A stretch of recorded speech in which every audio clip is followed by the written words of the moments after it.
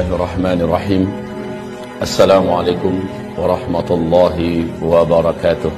Ibarat Allah yang kami muliakan, menurut BMKG Indonesia dan juga para pakar gempa dari luar negeri mengatakan Indonesia punya peluang mengalami gempa, apalagi Jawa yang memiliki 2 sesar raksasa di Jawa ini, termasuk di Jabodetabek sampai ke Cirebon, kemudian di daerah Jawa Timur termasuk Jogja, itu ada sesar yang sangat besar, ditambah beberapa sesar lainnya.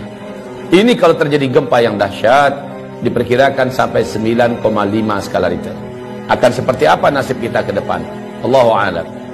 Kita hanya berdoa dan berharap semoga tidak, semoga tidak. Saya juga berharap demikian dan kita aminkan bersama-sama. Mari, amin ya rabbana amin.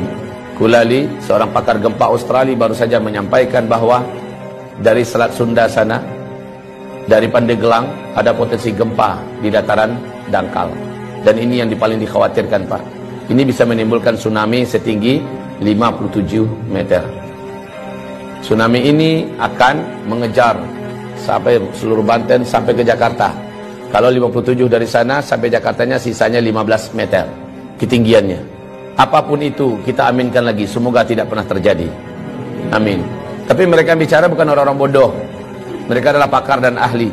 Ketika mereka memperingatkan, maka layak untuk kita mengambil kesiagaan. Saya hanya sarankan pada kita yang mampu menghentikan bencana yang sudah diprediksi perkiraannya hanyalah Allah Subhanahu wa taala. Kalau begitu, ambil cara bagaimana Allah bisa mengalihkan atau menghentikan rencana bencana yang akan terjadi itu. Caranya gimana? Nabi sudah kasih tunjuk kepada kita. Pertama, lakukan taubat massal. Indonesia harus bertaubat. Dari apa bertaubat? Indonesia harus umumkan taubat ini kepada Allah Subhanahu wa taala, pemerintahnya, ulamanya, ya. Apa yang harus masyarakatnya diajak? Yang diajak taubat itu adalah negara Indonesia ini dengan rakyatnya. 1, hentikan menzalimi para alim ulama. Gus Nur hari Kamis tanggal 27 Oktober, dia menerima hari Kamis itu surat panggilan. Statusnya sebagai tersangka. Gus Nur menyampaikan dalam bentuk video, dia sampaikan, silakan laporkanlah. Sekarang saya sudah tersangka. Paling-paling saya hanya ditangkap, dipenjarakan. Atau mungkin bisa jadi saya dibunuh. Terserah kalian mau buat apa. Saya tidak ada takut.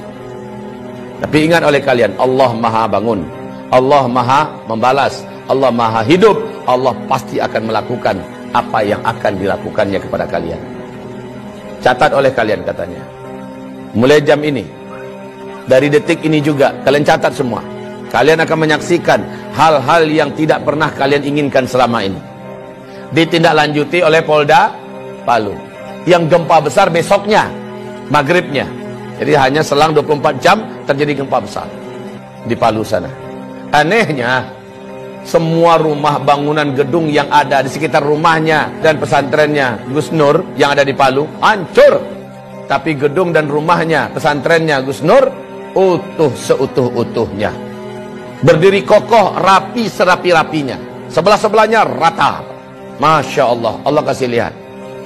Bahkan kantor Polda yang ada pun tenggelam oleh tsunami. Tidak sedikit jumlah para aparat yang sampai hari ini belum ketemu. Ya Rabb, jangan sakiti ulama. Saya sudah sampaikan kepada pemerintah negeri Republik Indonesia tercinta ini. Anda berutang ke sana kemari dengan harga dan angka yang sudah sangat gila-gilaan. Dan ini membahayakan untuk NKRI ke depan. Sekarang mau Anda tambah utang berapa? Silakan tambah. Anda bangun di sana sini. Tapi dengan perilaku Anda menyakiti para alim ulama. Mereka wali-wali Allah di muka bumi ini. Mereka kekasih-kekasih Allah di muka bumi. Allah ratakan semua. Allah habisi semua yang kalian bangun. Bahkan nyawa kalian pun tidak akan terselamatkan. Ingat ini baik-baik, wahai para penguasa. Anda tak lama berkuasa, hidup Anda juga tidak lama di muka bumi ini. Jika para alim ulama tidak Anda perlakukan dengan mulia. Ibarat Allah yang kami muliakan, tidak ada rezim yang ada dalam sejarah lalu menentang para pembawa-pembawa dakwah, melainkan rezim itu akan berakhir dengan tragis. Baca sejarah, buka Al-Quran, buka sejarah. Bagaimana setiap rezim yang berani menentang pembawa-pembawa dakwah dengan tragis. Wa kadzalika ja'alna likulli nabiyyin aduwwa syayatinal insi wal jin. Musuh-musuh dakwah ini adalah setan-setan manusia dan setan-setan jin. Demikian Allah firmankan, yuhi ba'duhum ba'da zukhrufal qawli ghurura. Konspirasi mereka sesama mereka saling rapat dan akrab dalam rangka memadamkan dakwah. Tapi pada ujungnya, qul ja'al haqqa wa zahaqal batil. Kalau kebenaran sudah datang, kalau kebenaran sudah diusung dan dibawa, diperjuangkan, yang batil pasti akan enyah. Apa yang kurang dari Firaun? Puncak dan puncak kekuasaan-kekuatan saat itu di tangannya. Negara-negara mana yang tidak takut dengan kekuasaan yang dimiliki oleh Firaun? Kekuasaan yang luas, bala tentara yang banyak, persenjataan yang hebat, media semuanya di tangannya, semua kekayaan ada di tangannya. Kurang apa Firaun? Dan Musa hanya seorang pendakwah biasa. Musa dengan pendampingnya Harun, Bani Israel orang-orang rakyat biasa, tapi mereka bersama Allah yang Maha Perkasa. Ketika semakin zalim Firaun kepada Musa dengan fitnah yang bermacam-macam, dengan cara yang bermacam-macam untuk menghabisi Musa, akhirnya Firaunlah yang habis. Bala tentaranya habis, lumpuh semua. Bukan sekedar lumpuh, mati semuanya, ditenggelamkan oleh Allah dalam Laut Merah. Kisah Firaun ini terulang abad demi abad, terus terulang dan berulang. Namrus sebelumnya, Ibrahim yang disasar. Namrus habis, dihabisi bala tentaranya oleh Allah hanya dengan tentara kecilnya berupa lalat. Namrus pun sekarat mampus. Bala tentaranya hebat-hebat, kekuasaannya yang hebat, semuanya habis oleh Allah Subhanahu wa taala ketika menyakiti wali Allah di muka bumi, yaitu Ibrahim alaihis salam, Nabiullah dan Rasul Allah, Abul Anbiya Ibrahim alaihis salam. Nabi Muhammad disakiti oleh Abu Jahal, Abu Lahab. Di Mekah dia petentang-petenteng ke sana kemari seolah dunia miliknya, membangun koalisi dan jaringan internasional kemana-mana dalam rangka menyakiti Nabi Muhammad, menyakiti para sahabat. Habis mereka dibuat oleh Allah Subhanahu wa taala.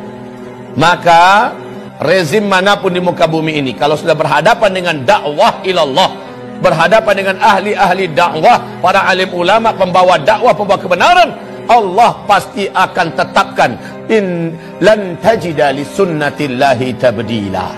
Tidak akan didapatkan sunnatullah itu bisa berubah, tidak akan pernah berubah. Sunnatullah itu tetap akan terulang. Saya tidak tahu omongan ini akan sampai tidak ke telinga para pemimpin dan berkuasa yang sedang memimpin di Indonesia. Saya tidak ingin para pemimpin yang ada, rejim yang ada berakhir tragis. Tugas saya hanya sekedar menyampaikan. Saya tidak punya wewenang apa-apa dalam menurunkan azab. Saya tidak menginginkan azab turun ke Indonesia ini.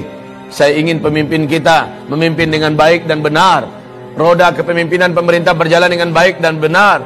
Masyarakat hidup dengan makmur, sejahtera, tertanggulangi masalah-masalah berat kehidupan mereka. Agama juga terjaga dan terawat. Maka baldatun thayyibatun wa rabbun ghafur terwujud. Ini yang saya mau. Tapi ketika yang dilakukan kebalikan daripada itu, maka inilah firman Allah Subhanahu wa taala di surat Al-A'raf ayat yang ke-96. Walau anna ahlal qura amanu wattaqau la fatahna alaihim barakatim minas sama' wal ard walakin kadzabu fa akhadnahum bima kanu yaksibun. Kalaulah suatu negara, suatu bangsa, penduduknya benar imannya kepada Allah dan mereka melaksanakan perintah-perintah Allah, meninggalkan larangan-larangan Allah dan Rasulnya, la fatahna alaihim barakatim minas sama'i wal ard, pasti kami bukakan selebar-lebarnya pintu-pintu barakah dan kebaikan dari langit dan juga yang keluar dari bumi. Walakin, tetapi sayang, kadzabu, mereka mendustakan, mereka melawan dan menentang. Fa akhadnahum bima kanu yaksibun, kami siksa mereka. Fa akhadnahum bima kanu yaksibun. Kapan siksaan itu? Afa amina ahlul qura ayatiyahum ba'suna bayata wa hum naimun.